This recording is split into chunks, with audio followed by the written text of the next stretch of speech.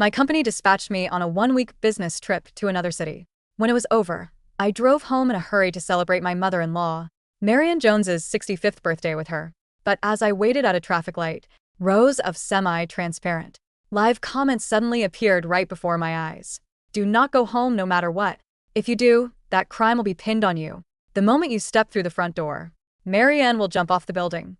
Your fingerprints are all over Marianne's body. When the time comes, you won't be able to defend yourself.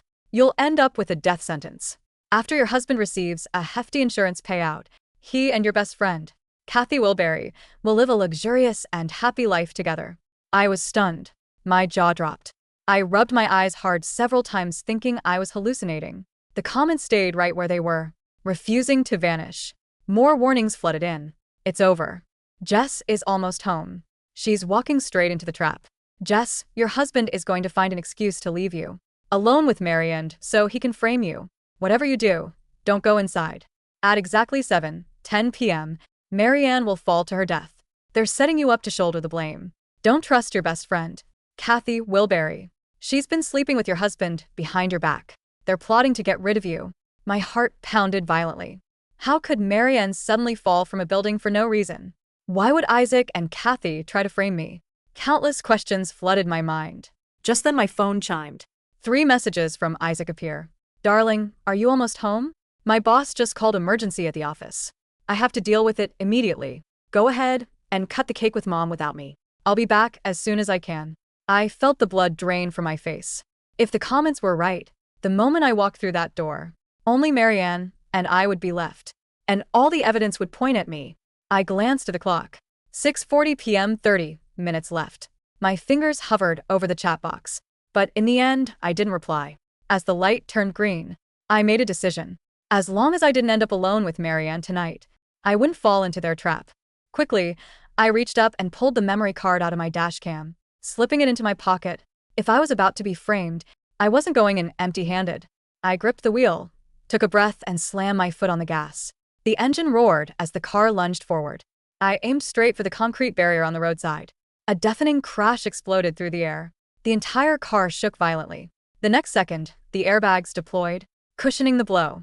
My head fell back against the seat. A powerful wave of dizziness swept over me. I felt something warm trickling down my forehead. Through my blurred vision, I could vaguely make out people gathering around the car. Some were filming. Others were making calls. Several figures in fluorescent yellow uniforms pushed through the crowd and hurried toward the vehicle. Miss, are you okay? Can you hear us? I opened my mouth, but no sound came out. Before long, I was lifted onto a stretcher. Only after confirming I had been loaded into an ambulance did I finally relax enough to close my eyes and slip into unconsciousness. After I arrived at the hospital, the doctors treated the wound on my head. By then, my mind had cleared considerably.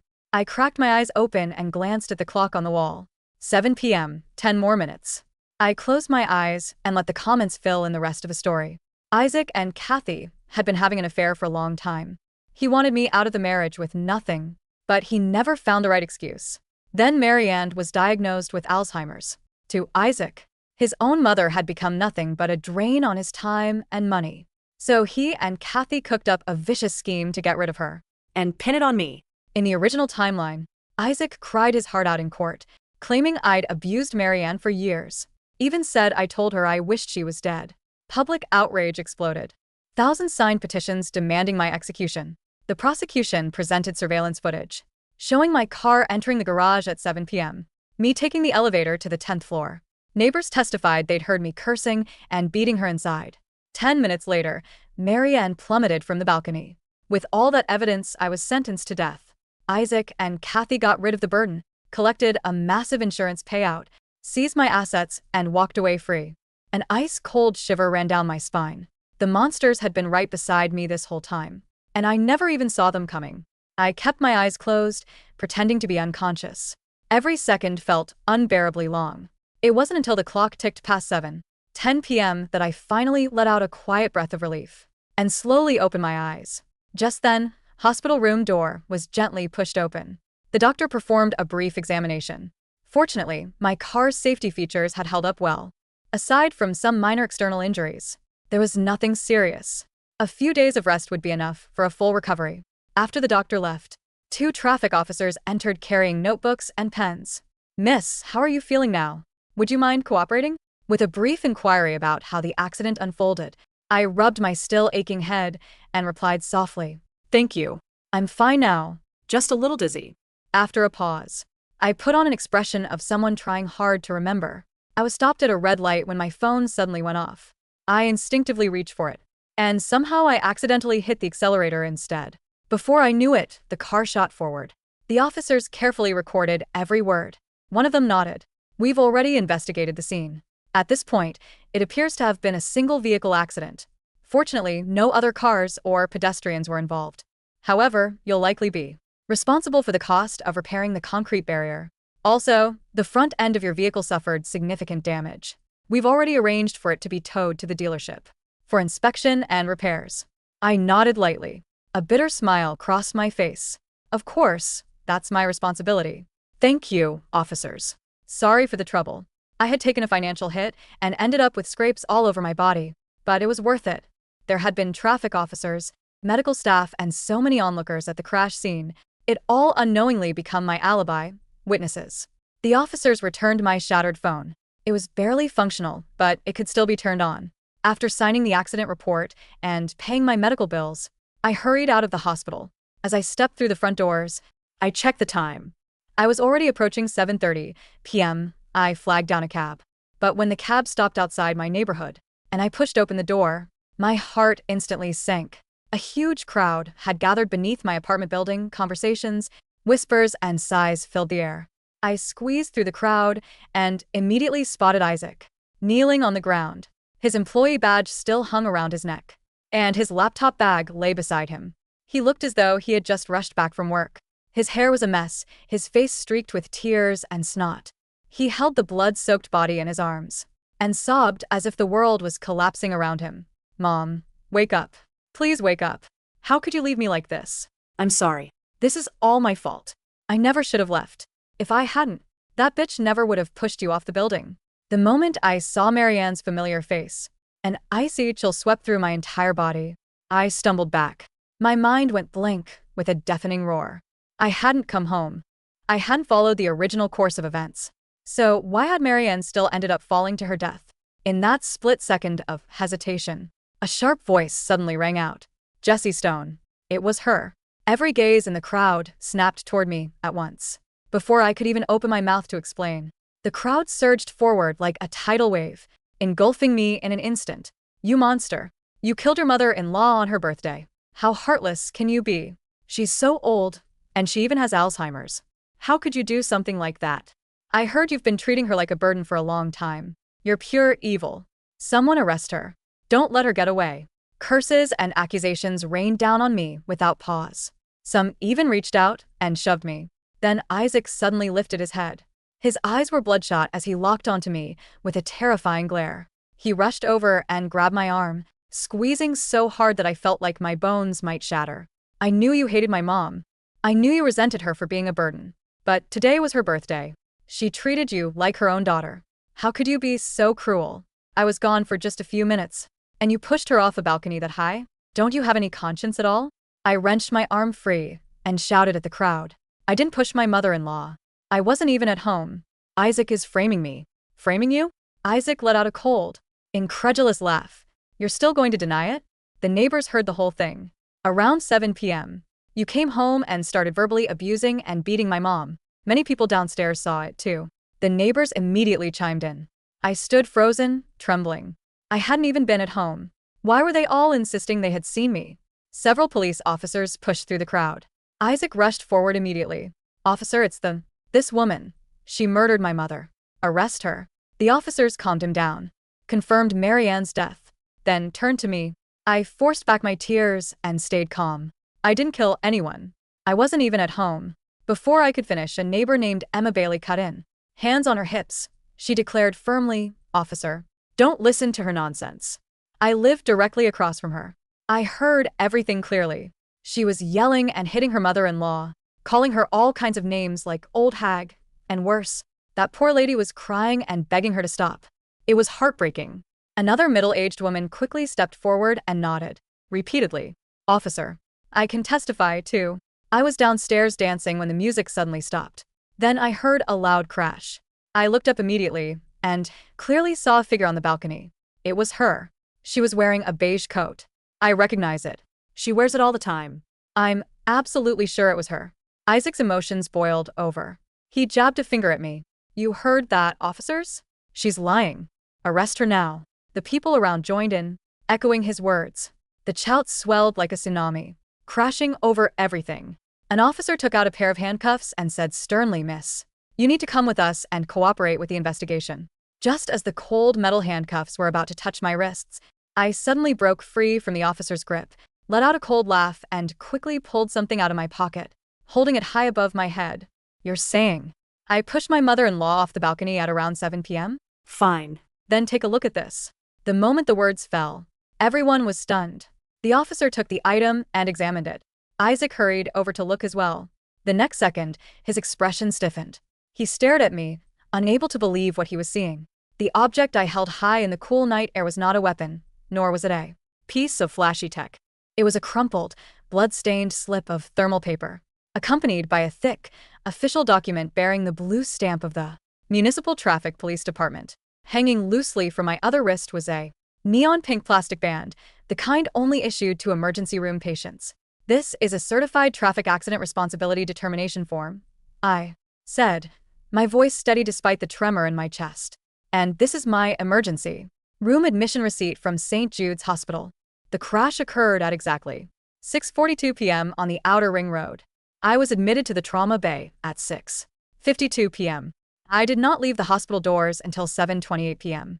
I lowered my hand, thrusting the documents directly into the lead officer's hands. The accident was handled by Officers Miller and Vance of the 2nd District. There were at least 3 paramedics, 2 ER nurses, and a supervising trauma surgeon who spent 30 minutes cleaning glass out of my forehead. If my mother-in-law fell from this balcony at 7:10 p.m., I was 3 miles away, lying flat on an ambulance gurney. A heavy, suffocating silence fell over the courtyard. The officer under the street lamp flicked on his tactical flashlight, the harsh white beam illuminating the blue stamp on the police report and the printed timestamp on the medical receipt. Admission time, 18 hours 52 minutes and 14 seconds. Discharge time, 19 hours 28 minutes and 40 seconds. Isaac's face, which had been contorted in a mask of grief and fury, froze. The tears dried instantly on his cheeks, leaving dirty streaks across his pale skin. His eyes darted from the papers in the officer's hand to my face, then back. Again. His grip on my arm loosened, his fingers slipping away as if he had just touched hot iron. This is impossible, Isaac muttered, his voice cracking. He looked around wildly, seeking reassurance from the crowd. She's lying. She must have forged this. Officer, look at her forehead. She probably did that to herself, too. Cover her tracks. Mr. Stone, please step back, the officer said, his tone shifting from suspicion to professional caution. He tapped his earpiece. Dispatch, this is Unit 402. Run a query on accident report number 2026, TX 8849.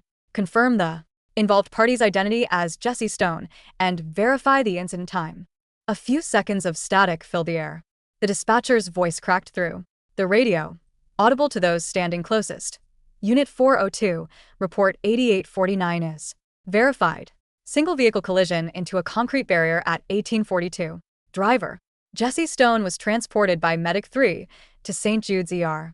Released at 1928. The crowd whispered. The neighbors who had been shouting insults just moments ago began to step back, their faces turning pale under the amber streetlights. I turned my gaze toward Emma Bailey, the neighbor who had claimed so confidently that she had heard me screaming and beating Marianne at 7 p.m. Emma, I said, taking a step toward her. She flinched. You live directly across the hall. You said you heard me calling Marianne an old hag and beating her. You said you were absolutely sure it was my voice. How could I be screaming in the 10th floor hallway when I was being injected with local anesthetics in the ER? Emma's mouth opened and closed like a fish out of water. She looked frantically at Isaac, then at the police. I heard a woman's voice. It sounded just like her, and she always wears that beige coat. And you, I said, turning to the middle-aged woman who claimed she had seen me on the balcony. You saw someone in a beige coat, but you didn't see my face. Did you? You just saw the coat and assumed it was me because Isaac told you I was home. I. The woman shrank back into the crowd, stammering. The lead officer looked at me, then at Isaac, his eyes narrowing. Mr. Stone, you told us your wife came home at 7 p.m. and that you left her alone with your mother. But according to these records, your wife was never here. I was mistaken. Isaac stammered, his hands shaking as he clutched his laptop. Bag. I thought she was home. I got a text from her. Wait, no, I didn't. Get a text. I just assumed because it was 7. I rushed back from the office because my boss called an emergency, and when I got here, Mom was already. You rushed back because of an emergency? I asked, pulling out my shattered phone. The screen was spiderwebbed, but the display still glowed. At 6:40 p.m., you sent me a message saying your boss called you in for an emergency. But your office is on the south side of the city. To get from your office to our apartment takes at least 45 minutes in evening traffic. If you left at 6:40, how were you already here, kneeling over Marianne's body before 7:30? Isaac's breath hitched. He opened his mouth, but no sound came out. Let's go upstairs, the lead officer said, his voice dropping to a cold, authoritative register. We need to secure the apartment and check the surveillance footage. The elevator ride up to the 10th floor was silent, save for the hum of the motor and the heavy breathing of Isaac. He was sweating profusely now, his collar damp, his fingers twitching against the strap of his laptop bag. 2 officers stood between us, their presence a physical barrier that Isaac seemed terrified to cross. When the elevator door slid open, the hallway was eerily quiet. Our apartment door, Unit 1002, stood slightly ajar. Wait here, the lead officer instructed, drawing his flashlight. He and his partner stepped into the apartment, their boots clicking on the hardwood floor. I stood in the hallway, staring at the door frame. I had lived here for 4 years, but tonight, the entrance felt like the mouth of a trap that had snapped shut on the wrong prey. Jess, Isaac whispered, his voice trembling as he leaned toward me. Jess, please, there's been a terrible mistake. I don't know what's going on. You have to believe me. I love you. I didn't look at him. Save it for the lawyers, Isaac. Clear, the officer called out from inside. You can come in, but don't touch anything. We walked into the living room. The apartment was arranged exactly as it had been when I left for my business trip a week ago, with one glaring exception. On the dining table sat a half-cut birthday cake, the frosting melting slightly in the warm air. 2 champagne glasses stood next to it, one of them showing faint traces of lipstick. My heart cold-pressed against my ribs. I don't wear lipstick. The shade was a distinct, glossy rose pink. Kathy, search the bedrooms, the lead officer ordered his partner. Turning to Isaac, he asked, who else has access to this apartment, Mr. Stone? No one. Just Jess and me, Isaac said quickly. And my mother, of course, but she had Alzheimer's. She didn't have her own keys anymore because she kept losing them. Then who drank from this glass? I asked, pointing to the dining table. And who left this on the sofa? I walked over to the entryway closet, but before I could open it, the second officer emerged from the master bedroom, holding a clear evidence bag. Inside was a long, beige wool coat. Is this the coat the witness described? The officer asked. Yes, that's my coat, I said. But look at the collar. The officer turned the bag over.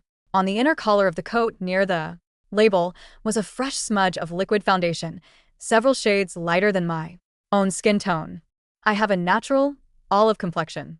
The makeup on the coat belonged to someone with very fair, porcelain skin. And look at the floor, I added, pointing to the hardwood near the coat rack. There was a faint, dusty print of a high-heeled shoe.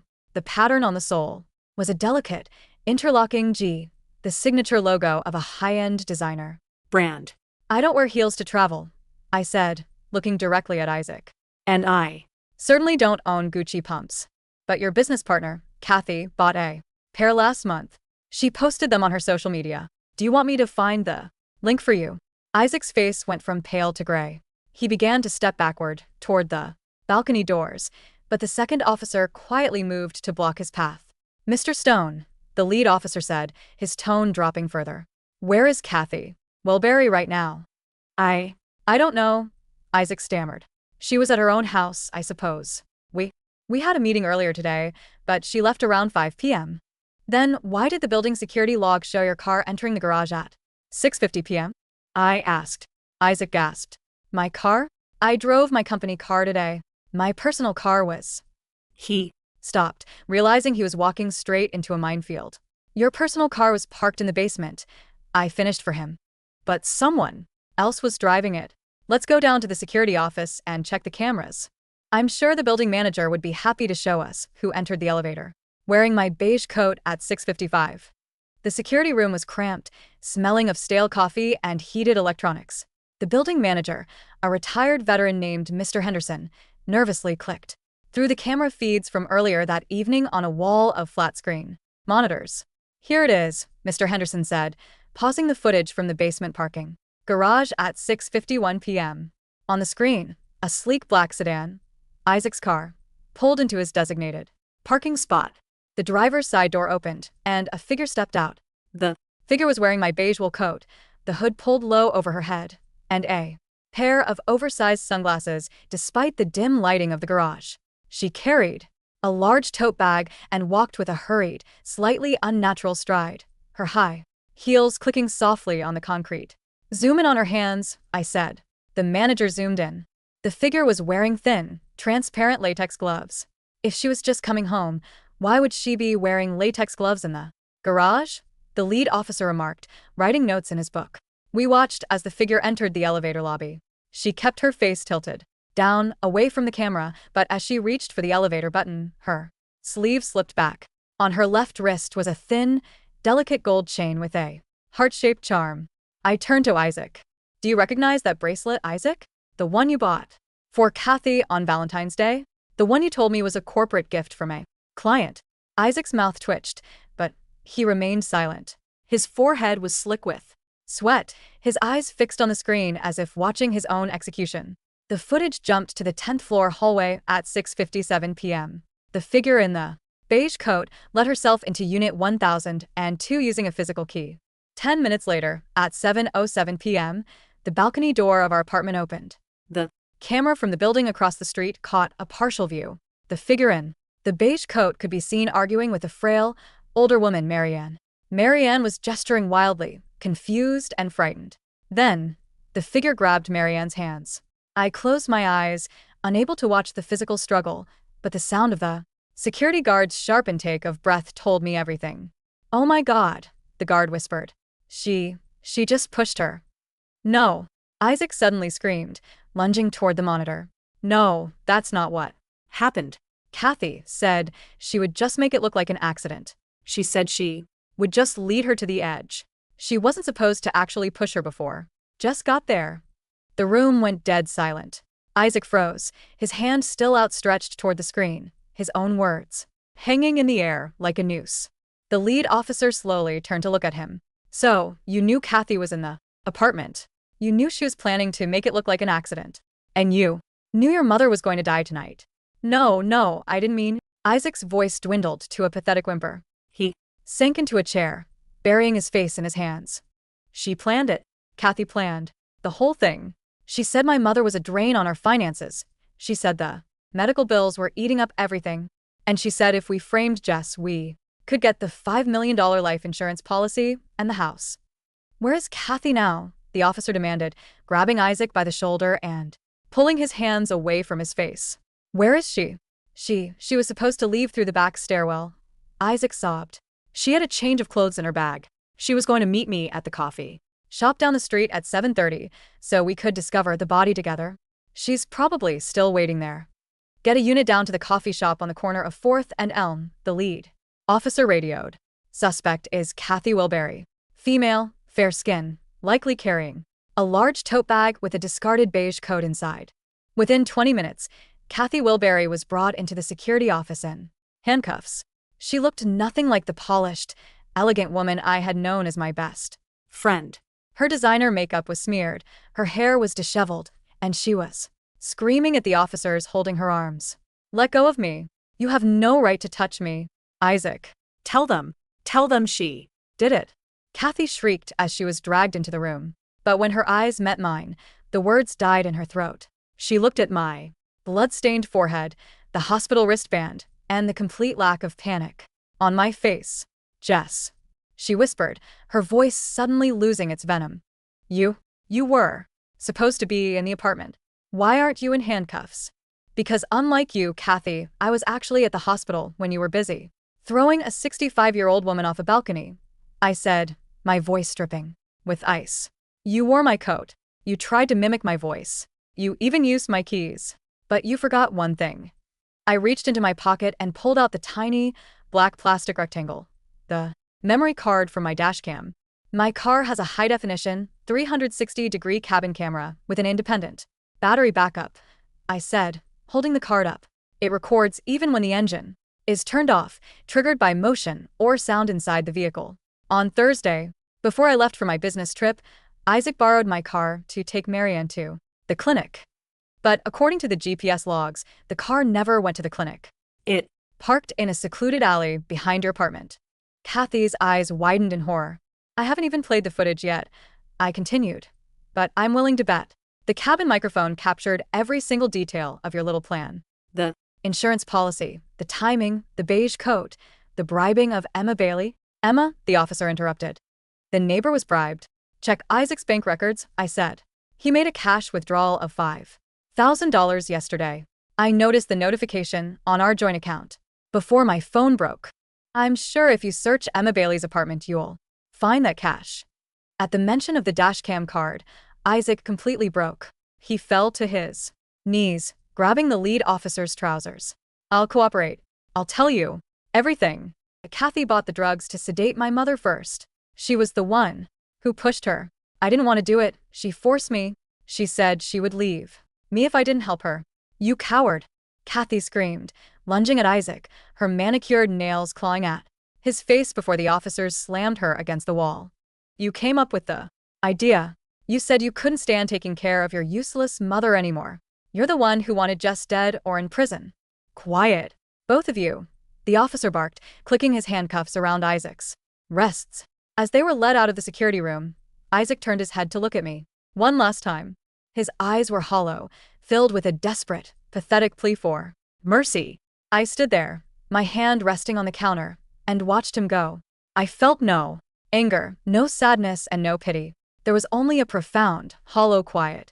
The trial of Isaac Stone and Kathy Willbury became a national sensation, though not in the way they had planned. The dashcam footage was indeed the final nail in their coffins. The recording from Thursday afternoon was crystal clear. It showed Isaac and Kathy sitting in the front seats of my car, their faces illuminated by the dashboard lights as they discussed the logistics of the murder. The old woman is getting worse. Isaac's voice had drifted from the speakers in the courtroom, cold and clinical. She forgot my name yesterday. It's time. Jess gets back on Friday at 7. If we do it right at 7:10, the neighbors will think they heard Jess. I've already given Emma $5,000 to swear she heard Jess screaming at her. And the coat, Kathy's voice had replied, sounding terribly casual. I'll wear her beige one. It's hanging in the hall. The cameras won't see my face if I keep my head down. By the time Jess walks through the door, the police will already be on their way. She'll have Marianne's blood on her hands, literally. The jury took less than 2 hours to return a verdict. Both Isaac and Kathy were convicted of first-degree murder, conspiracy, and insurance fraud because of the cold-blooded nature of the crime and the attempt to frame an innocent spouse. The prosecution successfully sought the maximum penalty. They would spend the rest of their natural lives in a maximum security facility with no possibility of parole. Emma Bailey was arrested and charged with perjury and accepting a bribe to obstruct justice. She lost her apartment, her reputation, and was sentenced to 3 years in prison. As for me, I sold the apartment. I couldn't stand to look at the balcony or the dining room where the half-cut cake had sat. I moved to a quiet town near the coast, far away from the whispers and the cameras. On the day I packed the last of my boxes, I sat in my new, empty living room, looking out at the ocean. The live comments that had saved my life never appeared again. They had vanished the moment the clock struck 7:11 p.m. on that fateful Friday, leaving me alone in the quiet reality of my own survival. I reached into my pocket and pulled out my new phone. There were no warnings, no frantic updates from a future timeline, just a simple, quiet screen. I took a deep breath, stood up, and walked out into the sunlight. I had lost my family, my home, and the people I thought loved me. But as the cool sea breeze hit my face, I realized I had gained something far more precious. My life, clean and entirely my own.